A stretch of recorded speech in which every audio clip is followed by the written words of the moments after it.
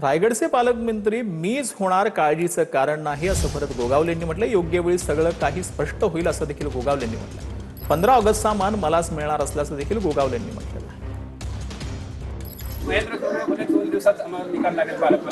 होईल, काळजी करू नको म्हणून तर आज आलो ना शुभेच्छा द्यायला।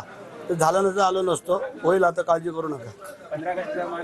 आपल्यालाच तर पाळधी ते तरसोद बायपास रस्त्याच्या पाहणीसाठी दिल्लीवरून 3 दिवसात समिती येणं अपेक्षित होतं, मात्र आले नाही। गुलाबराव पाटलांनी नाराजी व्यक्त केली आहे। 15 ऑगस्ट पर्यंत एक साईडचा रोड सुरू करण्याचं प्रतिनिधींकडून आश्वासन करण्यात आलं असं देखील गुलाबराव पाटील यांनी म्हटलंय। पाळधी ते तरसोद बायपासचं काम निकृष्ट झाल्याची तक्रार 2025 मध्येच केली होती असं देखील गुलाबराव पाटलांनी म्हटलंय। जळगावातील पाळधी तरसोद बायपासवरील उड्डाणपूल खचल्याच्या घटनेची केंद्रीय स्तरावर दखल घेण्यात आली। केंद्रीय समितीचे काही माणसं अजून त्यांचे आलेले नाही, पण त्यांचे एक प्रतिनिधी या ठिकाणी आलेले आहे। जे 3 दिवसामध्ये केंद्राची समिती यायला पाहिजे होती ती आपल्याकडे आली नाही। ती 7व्या दिवशी एक माणूस त्यांनी आता पाठवलेला आहे।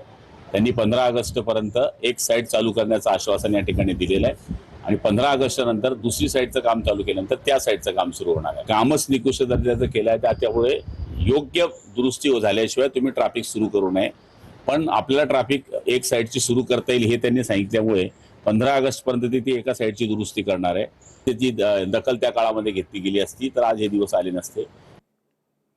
तर रावसाहेब दानवेंनी राज्यपाल व्हावा आमचा पाठिंबा असेल असं बबनराव लोणीकरांनी भाजपचे आमदार बबनराव लोणीकर यांनी दानवेंना टोला लगावलाय। तर एकदा तरी परभणी मतदारसंघातून खासदार व्हायचं असं देखील लोणीकरांनी म्हटलं। राजकारणावर फार काही विश्वास ठेवू नका असं देखील लोणीकर यांनी म्हटलं।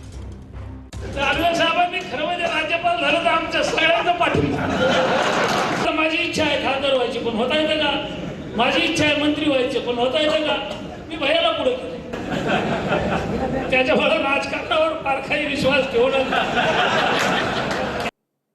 मंद भक्तांसाठी मोहन काकांचं भाषण म्हणजे एक चपराक आहे असं अनंत दवेंनी म्हटलेलं आहे।